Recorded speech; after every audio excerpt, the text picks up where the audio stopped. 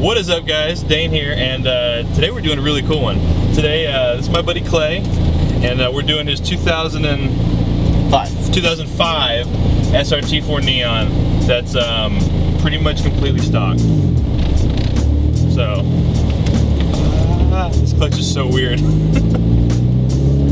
All right, cool. Well, tell me a little bit about your car, Clay. Well, it's not actually completely stock. This one is actually has a little bit more work done to it than my blue one. My blue one is, is relatively quick. It made about 400 horsepower. This one makes about 460 on low boost. This one has a fully forged block. It's got CP 8.5 to 1 compression pistons, mainly H-beam rods. It's got a modified oil pump, and it's got a Garrett GTX 3076 ball bearing turbo. 460 horsepower? 460. What's this thing weigh? About 3,000 pounds with fluids and driver. That's awesome. More with me. More with me, I promise. So tell the people why we have a silver car now. I had a nice blue one. It was decent. It was a stock engine with a precision big turbo on it, and some nice gentlemen decided to hit me on my 21st birthday and total it. So 21st birthday, man. I parted the car out and used I still owed a little money on it, but I took the equity I had, parted the car out, and made enough money to buy this one cash. Nice. Now I don't owe anything to anybody. I'm guessing first gear rolls are probably not the smartest idea. You can do it, but you're just burning tires. I was texting Esteban last night and he told me only 60 rolls. 40's okay, but you gotta know what you're doing. So I guess one question I've got, so why a neon? Why of all the cars you can get, why a neon? Well, one of my first sporty cars was a Honda Prelude, and I really liked that car. It was a fun car, but it just wasn't fast enough for me. And I ended up visiting the shop that works on SRT-4s. The shop owner let me drive one, and I fell in love with it. You work at that shop, right? Yeah, I work at that shop now. Yeah, that's right.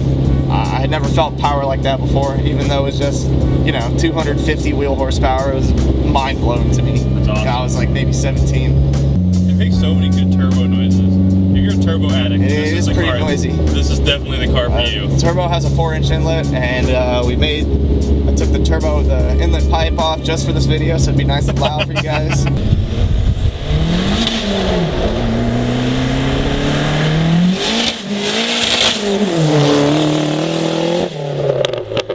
In addition to the forged bottom end, the head's also built. It's got a ported head, BC valve train, BC stage 2 cams.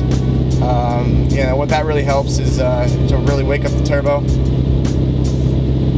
The cams aren't really dialed in yet, but we could put it on the dyno and dial it in and help it come in a lot sooner.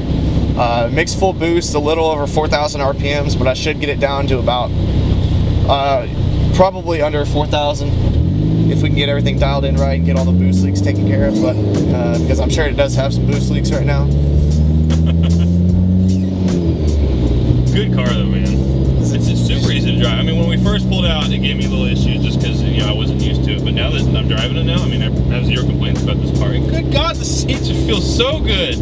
Are these stock SRT seats? Yeah, they're the stock upgraded option, the premium option from the factory. Okay. You get either the option of the Viper seats or the airbag seats, were basically just a normal comfy seats, and they had the side airbags in them. But I guess whoever bought this car brand new opted for the Viper seats, which most do just because of their functionality. Good choice on that. Car also has a few other OEM goodies. It's got the 6-disc CD changer. Fancy. It's also got the premium kicker sound system. How many CDs you play in this car? I don't use any CDs. It's just for... But it's got it. It's got it. Yeah. I also opted for this car mainly because it doesn't have a sunroof, and that might sound silly to people who are unfamiliar with SRT-4s, but my blue car had one. Yeah, it just leaked, and I don't think I ever got it open once. Really? Yeah, and pretty much every SRT-4 is like that. I feel like every car, besides like period, that has a sunroof will leak at one point. You know, I never had any issues with my Prelude. Really? Never. It's because it's a Honda. Those Yeah, things are built so much better than everything else. Don't break, but stuff like this. It's all in all is people ask if SRT-4 is reliable, and it depends on what your idea of reliable is.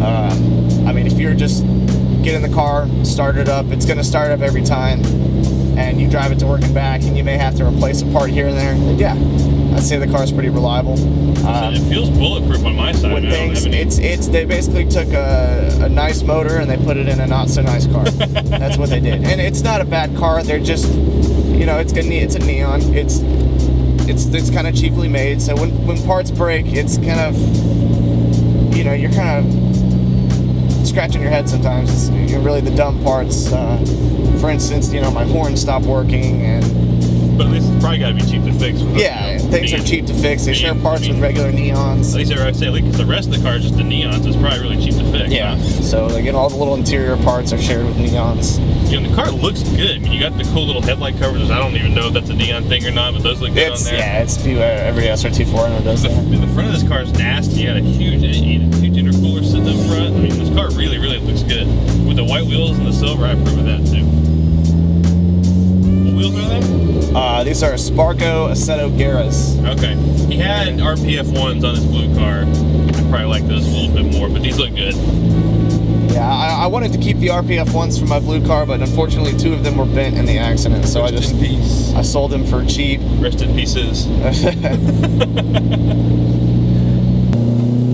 just wanted some really long turbo noises. I'm sorry, continue. That's all right. Cars just feel so out of my world, though. You know, all I've ever owned is naturally aspirated rear-wheel drive Mustangs.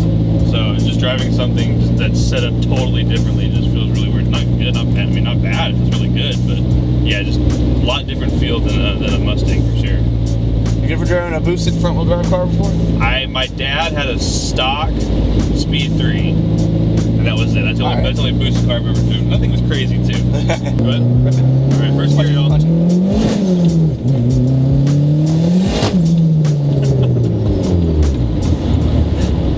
Once you get in the upper RPM range, and the boost kicks in, and it just rips. All right, guys, that just about does it for me. We're gonna switch, and I'm gonna let him actually show you how you're supposed to drive this car.